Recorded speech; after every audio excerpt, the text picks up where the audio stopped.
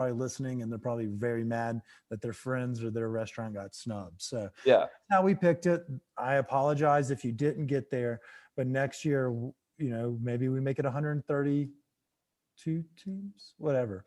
Maybe we do an NIT round kind of thing. Oh, there we go. Yeah. Yeah. But anyways, I think it should be fun. It should be fun to see what a lot of people have to say.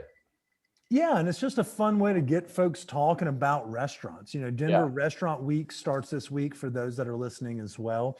And while restaurants across the city are offering discounted menus, please remember to tip when you go in there. Just because you're paying a flat fee, go over and beyond because you're getting a discount rate on that dinner. But there's a lot of good ways to spread the good word about what's going on in our restaurant scene. And so I think this is going to be a fun, goofy, stonerish way to do it. Yeah. Speaking of stonerish ways to spread the good word about food, Chris, we sold out our second dinner. Hey!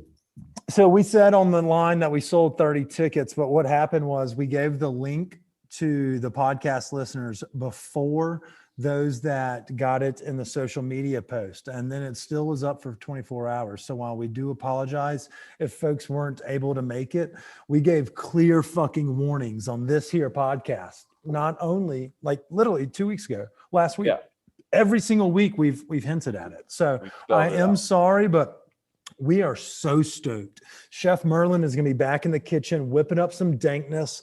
We're going to have some new sponsors, some old sponsors. And by old, I mean the regulars, the ones that we love, and some new products that are going to be on shelves, now or just recently. So you'll get to sample a lot of great stuff. And of course, we're going to send you home with loaded gift bags after you're full as a tick from a dank ass dinner.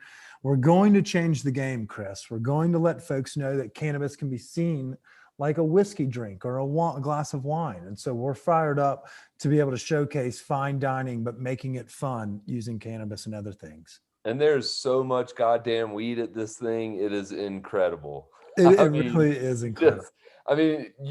Whatever you think the amount of weed that's going to be there, it's going to be more than that.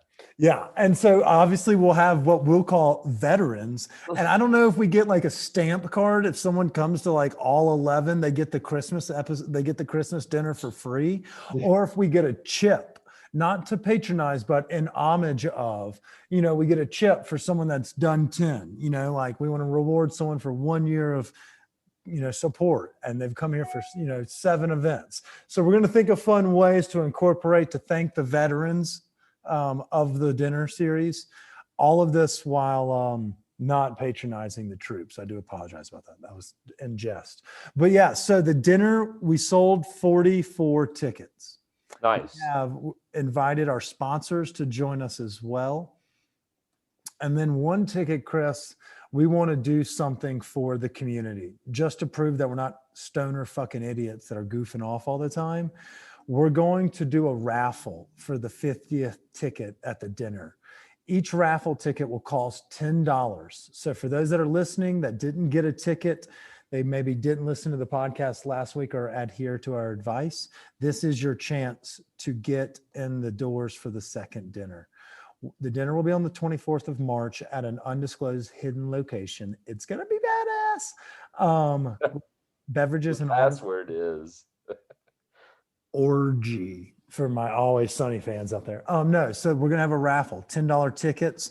Everything that we get in the raffle will be donated to the Last Prisoner Project, which for those that don't know is a project that uses our social justice work, our social workers and civil, litigators to help get people that have been wrongfully or imprisoned for cannabis for elongated times. Like most of the world should not be imprisoning folks for cannabis, especially a product that we are able to not only be able to throw parties and host dinners and a podcast and smoke casually about. So we want to donate all that is raffled, all the raffle money to that. So the 50th ticket, all the money will go to the Last Prisoners Project. And going forward, we will do that for every single dinner. And if you have a recommendation of, a local entity that may be needing some financial assistance or, small projects that could use some help, let us know, reach out to us in our DMs or through our email, or Chris at stoned-appetit.com. We'd be happy to talk with you and make sure that, money is going to these righteous causes of things that we believe in, as well as, projects that are in our backyard that we feel we should be helping in. So please let us know. I have a sneaking suspicion this should be a sizable donation because, for $10, you could win not only $100, $200 in free weed, but you also get a 5-course tasting dinner from a fucking Michelin star winning chef. So it's going to be pretty goddamn epic. $10 is worth throwing your name in the hat for that. Yeah. And then imagine if you win, that good feeling of winning. It comes rarely, but when it hits. I know. And so the best part is it's better than the Powerball because it's obviously all going to be local people. The money's going to good people and good things going on. It's not going to like us being degenerates or Kip buying a bag and going and partying in the mountains for the weekend. It's a lot more casual, a lot more legit situation. So we're excited to be able to do fun things like this. And it's only because we get great support from our community and our listeners. So let's get into the next topic of affairs. Before we dive into our episode, we have a foodie behind us. We have a chef that's going to talk about the trials and tribulations of Brass Tacks, the restaurant that was a hit in Denver pre-COVID, and now they've kind of had to rebrand. We talked with chef owner Zach about that. He is now the operator at Lunchboxx inside of the Denver Central Market. And so that's coming up next. If you want to fast forward to that, you're more than welcome to. But before we do, Chris, we just finished the Rooster marijuana contest judging bullshit. I can't remember what the term would be. It was a lot of dope. It was a lot of weed, a lot of edibles. What do you think? I thought there were some, especially in the flower game. I smoked a lot of flower this weekend.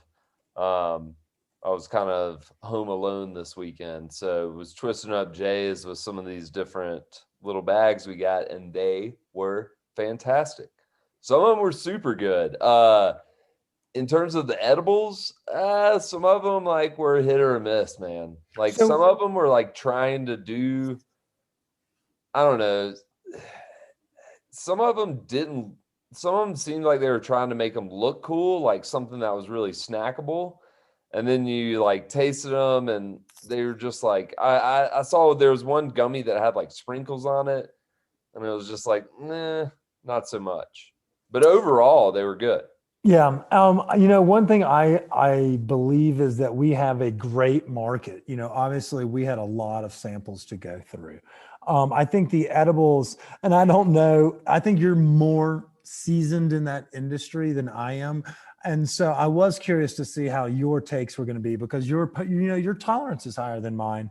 But what I even noticed was some of them didn't, for the lower tolerance of the two, I didn't feel like they really knocked my dick on the dirt like some others did. So I'm seeing a wide variety of what 10 milligrams really does come through from some brands to another. That is true. So that is an interesting thing I noticed. One thing else I did notice is that the flavors were much more developed than they have been in years past. Like, it's not like you're tasting leftover Doja, like what we were doing growing up, or even those early waves of edible brands. Like, after now eating 30 of these bastards, it was very rare that I was like finding these like real hashy flavors. It seemed like everybody had them more in a candy phase. And I'm not mad about it, but I'm not necessarily excited. Like, it's kind of like when you take a shot or drink a tequila, you want to taste a little bit of the burn, or you want to take, so it kind of just depends on the mood. So I like where the industry is going, but I can see what you're saying with some people got a little too fancy, a little too cute. We've gotten a little bit over the skis here with some of them. I do like tasting a little bit of marijuana in some gummies that I try. Like I like having a little bit, like you can be like, oh, that's definitely weed. Whereas some of it's like over sweetened or something. But I will say, I think one of the best kind of edible things is the take and bake brownies that I did. Of course, like the brownies could be improved upon, but as our resident food guy. The brownies, you could definitely make better brownies at home. But the fact that all you had to do was mix this weed oil in with the brownie mix, splash a little bit of water, pour it into a tray, and then put it in the oven. It was fucking easy. And it gave you, depending on how you cut those brownies up, it could give you like 10 brownies. Hey, okay. So while we can't actually shout them out, we don't know who the fuck they are. They weren't labeled. Yeah, but maybe that's the next step. Make a pizza dough crust infused with weed. But it sounds like you had weed oil that you were to add to it more than it was like every ingredient had the marijuana, which then leads you to that same situation that I was coming across where one person's 10 milligrams was more than another's. Right. So, it's an interesting dynamic. The vape pens, I did the vape pens. There wasn't very many of them. I saw a couple recognizable ones that I enjoyed, obviously. I noticed a recognized brand that was what I thought was doing really cool work. And they got rewarded as such. So we'll see how they do in the distillate region. After the voting is done for the Rooster and they announce the winners, we'll circle back on the episode after that and tell y'all what the brands are, because we'll know then. But I know which brand it was for the vapes. And in regards to the flower, what I've learned in this is that some of the commercial growers really are killing it in the making it feel like you're an intimate buyer. And some of this stuff is just being mass produced. The attention to detail is not necessarily there, the quality of the bud. So there was a variety of those.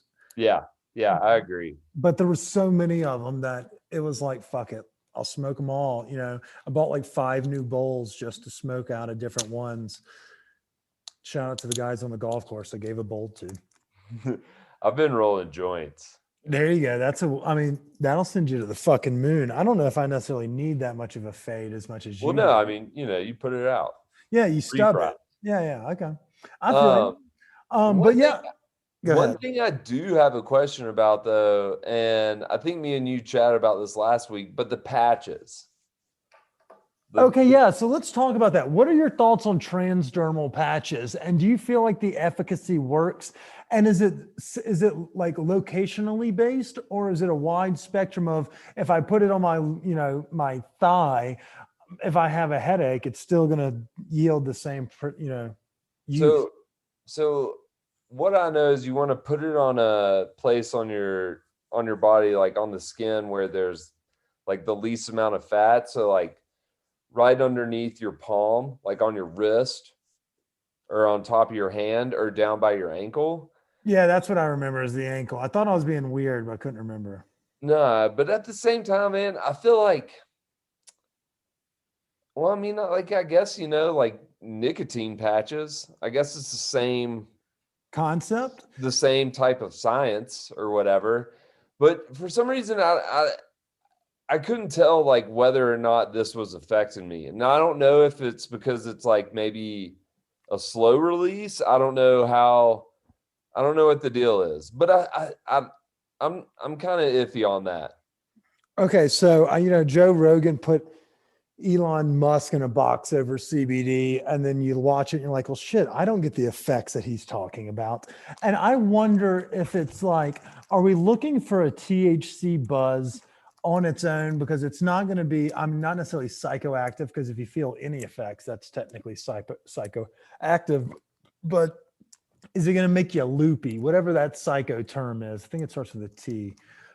If you have those transitive properties, like feeling side effects, then I'm like, okay, this thing fucking works. But technically it could be working in the ways that are not like you smoking a bowl, like maybe it like if I throw it on my lower back after golf, maybe it does something that, I wouldn't expect, out of maybe it's like an icy hot, and so that's why I was more curious. Well, that's what I've got like the sports cream or the rub too. That's kind of like icy. You can just call it lube. We know what you use it for. They have menthol in it, so it feels kind of like. Do you roll your cigarettes in it? Huh? Do you roll cigarettes in it? 100%. Give you a little of that flavor at that 4 a.m. that last one you want before bed. Okay, so that one, I'm glad you brought that back up because obviously everybody knows that my brain capacity lasts about 20 minutes.